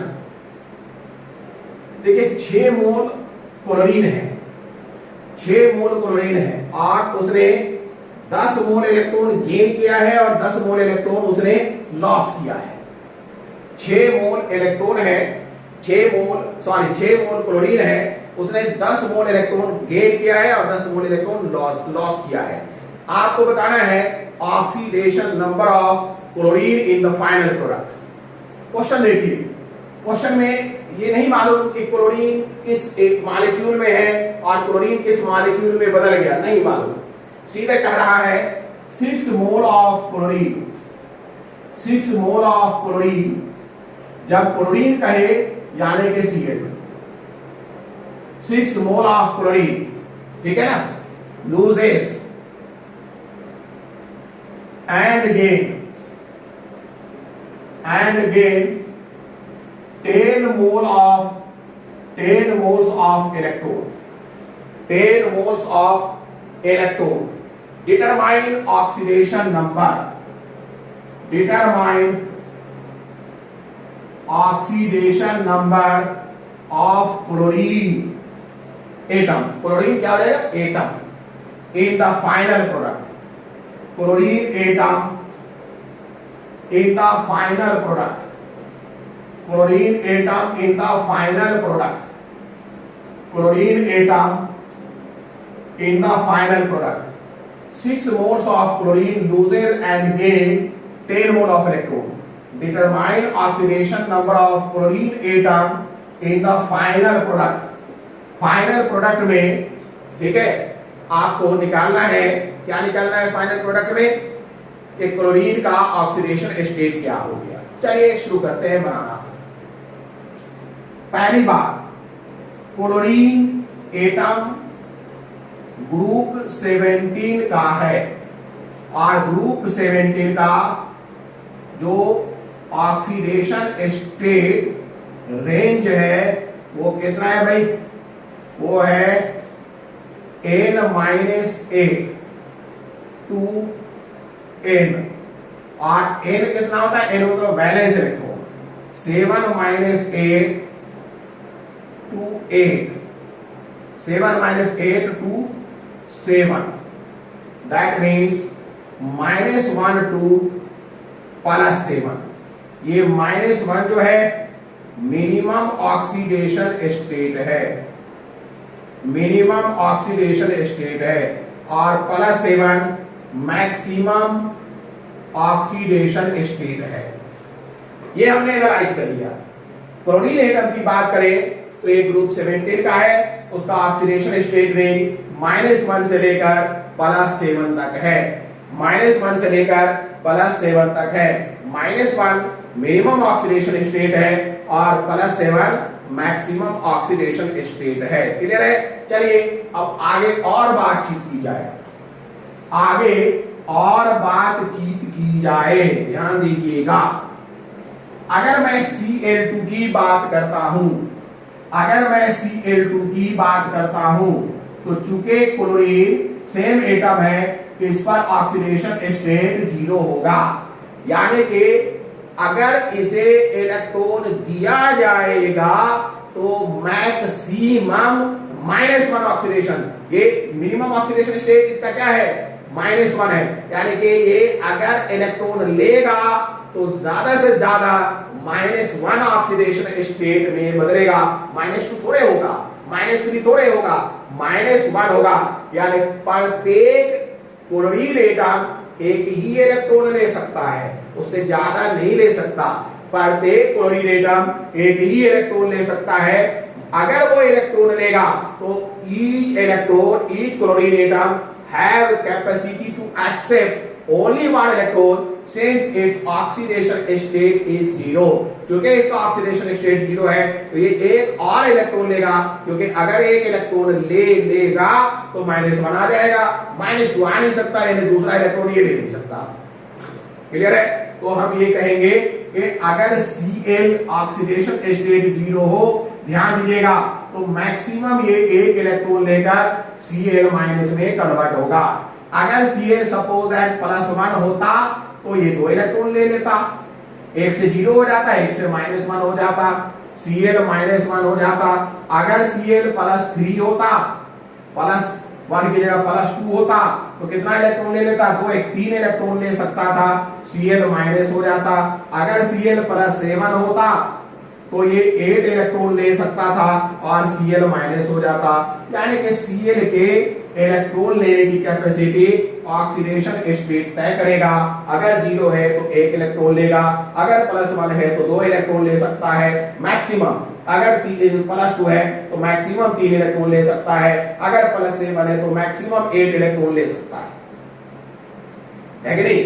वैसे ही इलेक्ट्रॉन छोड़ने की अगर बात की जाए, ये तो गेन की बात की, अगर लॉस की बात की जाए, लॉस की बात की जाए, और क्लोरीन Cl2 यानी कि क्लोरीन का ऑक्सीडेशन स्टेट अगर 0 है तो वो कितना इलेक्ट्रॉन लॉस कर सकता है, 1 इलेक्ट्रॉन लॉस करके Cl+ हो सकता है, 2 इलेक्ट्रॉन लॉस करके Cl+2 हो सकता है, 3 इलेक्ट्रॉन लॉस करके, ये 0 ऑक्सीडेशन स्टेट है, 3 इलेक्ट्रॉन लॉस करके Cl+3 हो सकता है कि नहीं? और अगर चाहे तो 7 इलेक्ट्रॉन लॉस करके Cl+7 हो सकता है, लेकिन 8 इलेक्ट्रॉन नहीं लॉस कर सकता, क्योंकि इसका मैक्सिमम ऑक्सीडेशन स्टेट +7 है।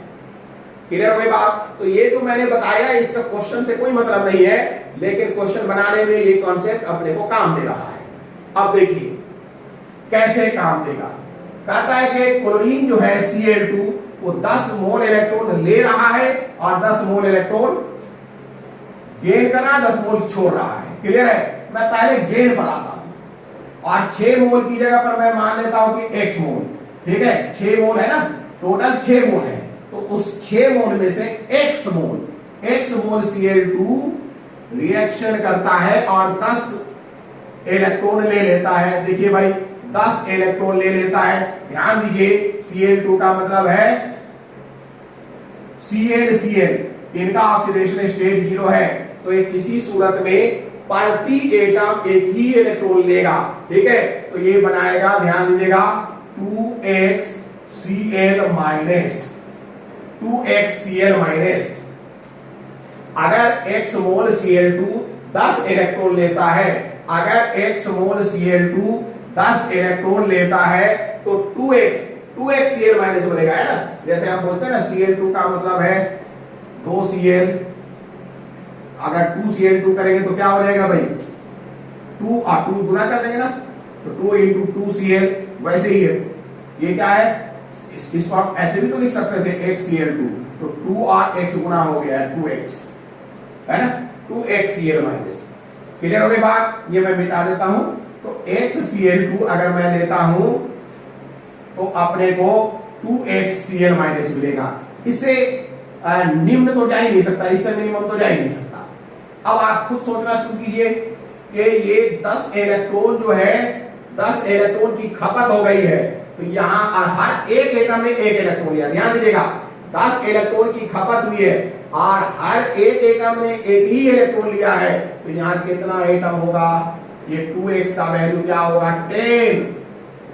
भाई ये 10 इलेक्ट्रॉन डिस्ट्रीब्यूट हुआ है कितने एटम में, हर एक एटम ने एक ही इलेक्ट्रॉन लिया है, तो ये 10 के 10 इलेक्ट्रॉन यहां जो मिल गए, तो ये टोटल, ध्यान दीजिएगा, ये 2x किसके बराबर हो जाएगा, 10 के बराबर। That means we can write 2x बराबर 10, मतलब x बराबर 5, यानी कि 5 मोल electron. This implies 5 mole electron, 5 mole chlorine Cl2 will accept 10 mole electron, will accept 10 mole electron, will accept 10 mole electron. 5 mole Cl2 will accept 10 mole electron. 5 mole Cl2 जो है क्या करेगा, 5 mole Cl2 clear है, क्या करेगा, 10 mole electron accept करेगा।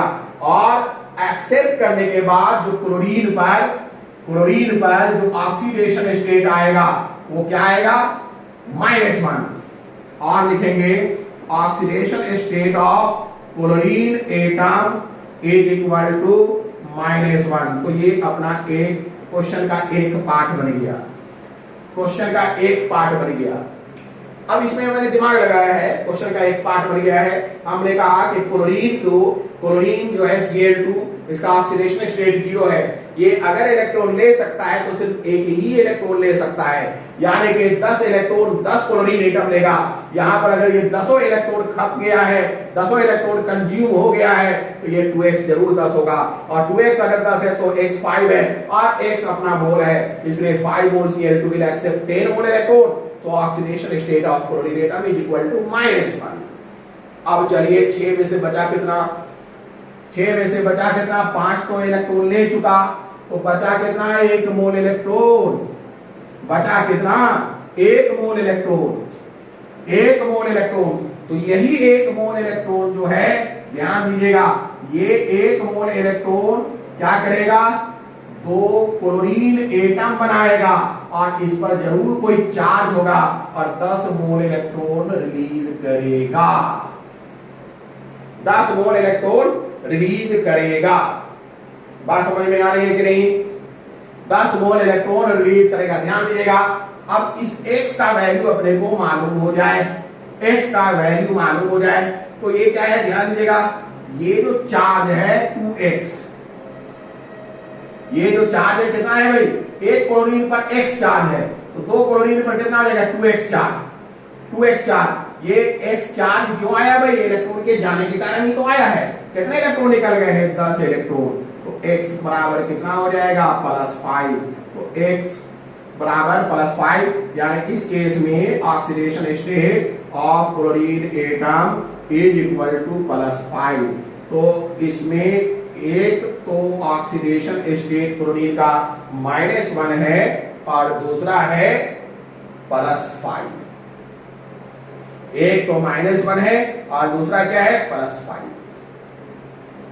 Clear हो गई बात। अगर इन्हें हम जोड़ कर देखें तो देखिए इसमें कितना हो गया, फाइनली 10 इलेक्ट्रॉन निकल गया, उधर 10 इलेक्ट्रॉन ले लिया। क्या ये समझ में आ गई बात। तो ऐसे क्वेश्चन भी आपको मिलेंगे और बनाना है, ऐसे क्वेश्चन भी आपको मिलेगा और आपको बनाना है। चलिए नेक्स्ट क्वेश्चन लिखिए, नेक्स्ट क्वेश्चन। अब हम लोग नेक्स्ट क्वेश्चन लिखते हैं। अगला क्वेश्चन,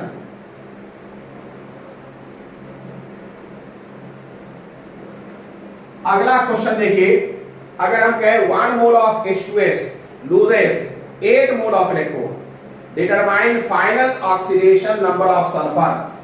क्वेश्चन है 1 mole H2S, 1 mole H2S loses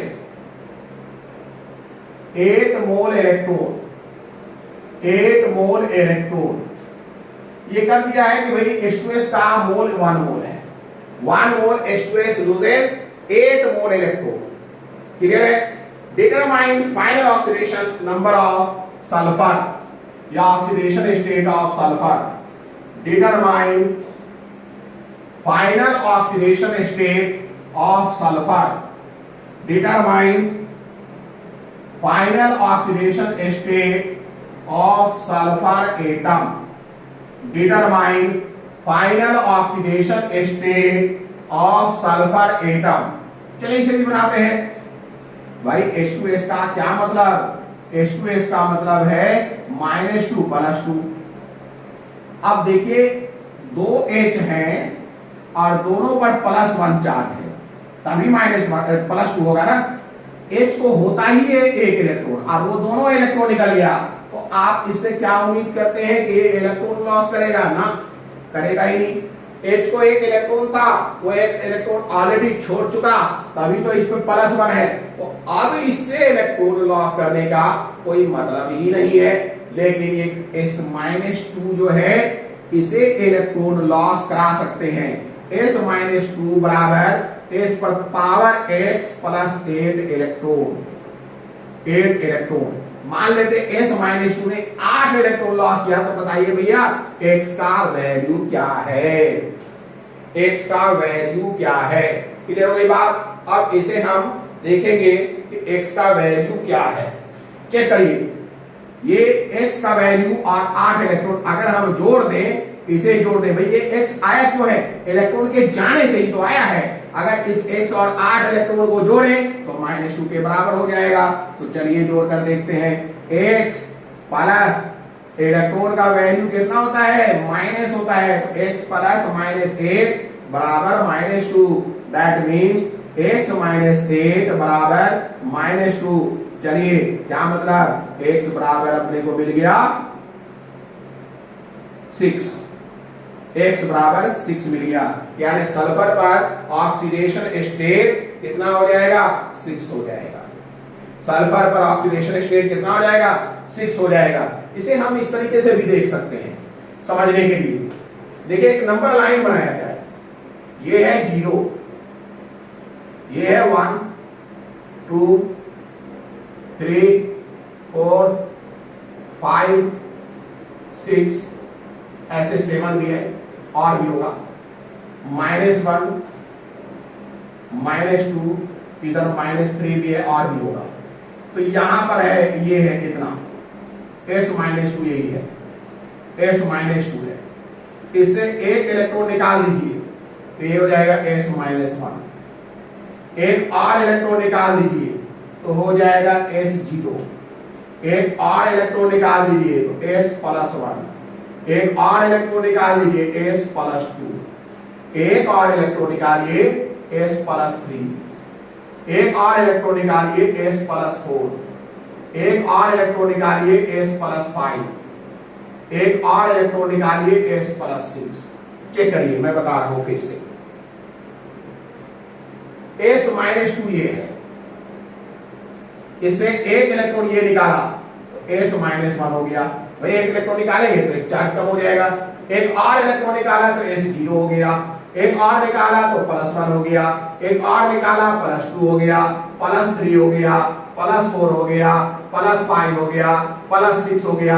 या देखिए तो कितना इलेक्ट्रॉन निकाला? 1 electron, 2 electron, 3 electron, 4 electron, 5 electron, 6 electron, 7 electron, 8 electron. यही तो है ये।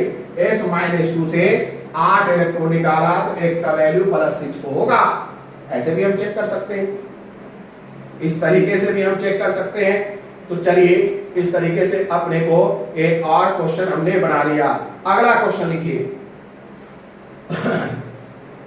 अगला क्वेश्चन है 1 mole of KMnO4 gives 5 mole of electron determine final oxidation state of Mn+2। अगर कहता है 1 mole of KMnO4, 1 mole KMnO4, अगर 1 मोल KMnO4 5 मोल, 1 मोल KMnO4 5 मोल इलेक्ट्रॉन गेन कर रहा है। 1 मोल लिखिएगा question, 1 mole of KMnO4, 1 mole of KMnO4 gain, 1 mole of KMnO4 gain 5 mole of electron, 5 mole of electron, 1 mole of KMnO4 gains 5 mole of electron। Clear है? Determine final oxidation state, ठीक है, determine final oxidation state of Mn, final oxidation state of Mn। देखिए KMnO4 में oxidation state +7 है, निकाल लीजिएगा। ये क्या करता है? लॉस कर रहा है। हम इसे लिख सकते हैं ना Mn+7, ये Mn लॉस कर रहा है, गेन कर रहा है, सॉरी गेन कर रहा है 5 इलेक्ट्रॉन। तो मान लेते हैं Mn पर x चार्ज हो गया। कितना चार्ज हो गया? x। तो x का वैल्यू निकाल लीजिए। कैसे निकलेगा? +7 चार्ज है और इसे मिल गया -5 चार्ज, तो बराबर चेक कर लीजिए कितना हो जाएगा। ये बराबर x के हो जाएगा, चेक कर लीजिए। 7 - 5 बराबर x, मतलब x बराबर 2। इसका मतलब ये है कि Mn पर क्या हो जाएगा? x का वैल्यू 2। क्लियर है? चलिए इसे भी अगर हम लोग चाहें, ध्यान दीजिएगा, इसे भी चाहे तो ऑक्सीडेशन नंबर लाइन से देख सकते हैं। इसे भी चाहे तो नंबर लाइन से चेक कर सकते हैं। चलिए देखते हैं। इसे भी चाहे तो नंबर लाइन से चेक कर सकते हैं। चलिए चेक किया जाए। क्या किया जाए भाई? देखिएगा, ये अपना 0, ये है 1, ये है 2, ये है 3, 4, 5, 6, 7, नंबर लाइन है, आगे भी हो सकता है 8 एंड सो ऑन। इधर होगा -1, ये 0 है, -2 ऐसा ही होगा। कहता है Mn जो है ये पोजीशन पर है, यानी Mn+7 है। इन्हें एक इलेक्ट्रॉन दे दीजिए तो क्या हो जाएगा? Mn+6 होगा कि नहीं? एक इलेक्ट्रॉन देंगे तो एक और इलेक्ट्रॉन दे दीजिए भाई, तो Mn+5 होगा कि नहीं? एक और इलेक्ट्रॉन दे दीजिए, Mn+4 होगा कि नहीं? एक और इलेक्ट्रॉन दे दीजिए, Mn+3 होगा कि नहीं? एक और इलेक्ट्रॉन दे दीजिए, Mn+2 हो जाएगा। चेक करिए तो कितना इलेक्ट्रॉन दे दिया? 1 2 3 4 5 इलेक्ट्रॉन देने पर Mn+7 Mn+5 में बदल गया, Mn+2 में बदल गया। तो ऑक्सीडेशन स्टेट क्या हो गया? +2। अगला क्वेश्चन देखिए, नेक्स्ट क्वेश्चन, सीधा नेक्स्ट क्वेश्चन। अब अगला क्वेश्चन देखिए, नेक्स्ट क्वेश्चन है 2 mole of N2H4 loses 20 moles of electron। Question है 2 moles of N2H4, 2 moles of N2H4 loses 20 moles of electron, determine final oxidation state of nitrogen। 2 moles of N2H4 loses 20 moles of electron, 20 moles of electron है कि नहीं? ठीक है, determine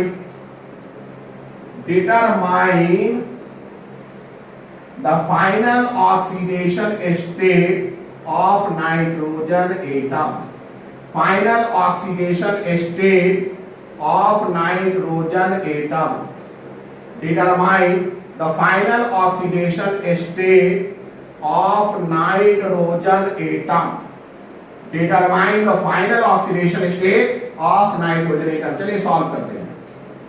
2 मोल N2H4 है ना, 2 मोल N2H4 कितना electron release करता है? 20 इलेक्ट्रॉन रिलीज करता है। तो 1 मोल N2H4 कितना कर देगा? 10 मोल इलेक्ट्रॉन।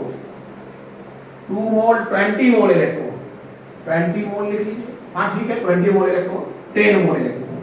क्लियर है? तो 1 मोल N2H4 10 मोल इलेक्ट्रॉन क्या करेगा? लूज करेगा। क्योंकि क्वेश्चन कहता है कि 2 मोल N2H4 20 मोल इलेक्ट्रॉन लूज कर रहा है, तो 1 मोल N2H4 कितना करेगा? 10 मोल। अब आइए N2H4 के ऑक्सीडेशन स्टेट की बात करें। N2H4 में ये +4, यानी हर ऑक्सीडेशन स्टेट, हाइड्रोजन के हर एटम का ऑक्सीडेशन स्टेट +1 है। हाइड्रोजन ऑलरेडी इलेक्ट्रॉन छोड़ चुका है, तो इसके द्वारा इलेक्ट्रॉन छोड़ने का कोई मतलब ही नहीं है। ये क्या है भाई? -4। देखिए, 2 नाइट्रोजन एटम का -4 है, 2 नाइट्रोजन एटम का -4 है। बात समझ में आ रहा है? तो 1 नाइट्रोजन एटम का कितना हो जाएगा? 1 नाइट्रोजन एटम का -2, 1 नाइट्रोजन एटम का -2। देखिएगा, 2 नाइट्रोजन एटम, यहां ध्यान दीजिएगा, 2 N2 -4 कितना इलेक्ट्रॉन लॉस कर रहा है? 10 इलेक्ट्रॉन। तो सीधी सी बात है, N-2 कितना इलेक्ट्रॉन लॉस करेगा? 5 इलेक्ट्रॉन, 5 इलेक्ट्रॉन लॉस करेगा। बात समझ में आ रहा है कि नहीं? कितना करेगा? 5 इलेक्ट्रॉन। N-2 N2 -4 10, 1 मोल इलेक्ट्रॉन। यहां देखिए, 1 मोल N2H4 10 मोल इलेक्ट्रॉन लॉस कर रहा है, यानी कि N2 -4, N2 इसका -4 है ना, ये -4 देखिए, ये N2 -4 10 इलेक्ट्रॉन कर रहा है। तो 1 नाइट्रोजन एटम तो -2 है ना, तो 1 नाइट्रोजन एटम तो 5 ही इलेक्ट्रॉन लॉस कर रहा है ना। तो चलिए तो देखते हैं, N-2 लॉस करने के बाद कितना चार्ज रख रहा है? 5 इलेक्ट्रॉन लॉस करने के बाद सीधी सी बात है, इस X को इसके साथ जोड़ दे तो -2 के बराबर आना चाहिए। X प्लस -5 बराबर -2, तो दैट मींस X -5 बराबर -2। सो X बराबर 5 -2, सो X बराबर +3। आंसर +3 आना चाहिए, यानी कि oxidation state of nitrogen atom अपने को +3 मिलेगा। ठीक है, ऑक्सीडेशन स्टेट अपने को क्या मिलेगा? +3।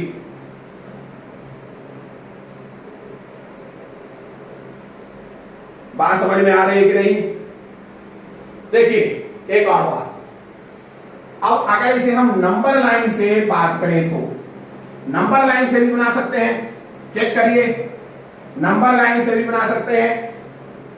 ये N-2 है, ठीक है ना, ये 0 1 2 3 4 5 एंड सो ऑन।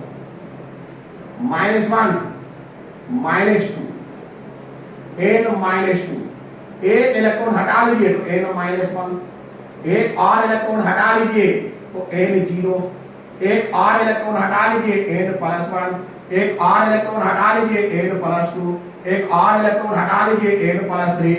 या गिनिए तो कितने इलेक्ट्रॉन हो गए? 1 electron, 2 electron, 3 electron, 4 electron, 5 electron. तो हमने देखा 5 इलेक्ट्रॉन हटाने पर N+3। क्लियर है? तो इस तरीके से भी आप वर्कआउट कर सकते हैं। एक और आखिरी क्वेश्चन के रूप में देख लीजिए, इसके बाद मैं इस सीरीज को, इस वीडियो को बंद करूं, फिर आगे की बात अगले वीडियो में होगा। देखिएगा, 5 मोल्स ऑफ Na2H2O3, यानी कि sodium thiosulphate, 5 moles of Na2H2O3, 5 moles of Na2H2O3। अगला है 5 moles of Na2H2O3 loses. Next है 5 moles of Na2H2O3, 5 moles of Na2H2O3 loses 10 moles of electron, 10 moles loses 10 moles of electron, 10 moles of electron, 10 moles of electron, 5 moles of Na2H2O3 loses 10 moles of electron। Clear है? आपको determine करना है final oxidation state of sulphur atom. Determine determine final oxidation state of sulphur atom. सीधी सी बात है, ध्यान दीजिए। Na2H2O3 Na2H2O3 कितना कर रहा है भाई? 10 मोल इलेक्ट्रॉन कर रहा है। इसका मतलब क्या हुआ भाई? 5 मोल 10 मोल इलेक्ट्रॉन कर रहा है। 5 मोल, देखिए 5 मोल 10 मोल इलेक्ट्रॉन कर रहा है ना। तो 1 मोल Na2SO3 कितना करेगा भाई? Na2H2O3 2 मोल इलेक्ट्रॉन है कि नहीं? 2 मोल इलेक्ट्रॉन यही करेगा ना, 2 मोल इलेक्ट्रॉन। अब ध्यान दीजिएगा, S2 2 सल्फर एटम 2 मोल इलेक्ट्रॉन लॉस करेगा, तो 1 सल्फर एटम 1 मोल इलेक्ट्रॉन लॉस करेगा। ये अपने को मिल गया, है कि नहीं? अब देखिए S पर कितना है? +2 ऑक्सीडेशन स्टेट, आप चेक कर लीजिए, -6 +2, ये कितना हो जाएगा? +4 आ चुके। 2 सल्फर है तो 1 पर +2, तो इससे 1 मोल इलेक्ट्रॉन हटा देना है, तो S +3 प्लस इलेक्ट्रॉन तो चार्ज +3 हो गया। क्लियर है कि नहीं? तो +3 हो गया। चलिए, तो इस तरीके से BSTH48 में हम लोगों ने बहुत सारे क्वेश्चंस बनाए हैं। अगले सीरीज में अब हम लोग थोड़ा रेडॉक्स रिएक्शन के बारे में पढ़ेंगे।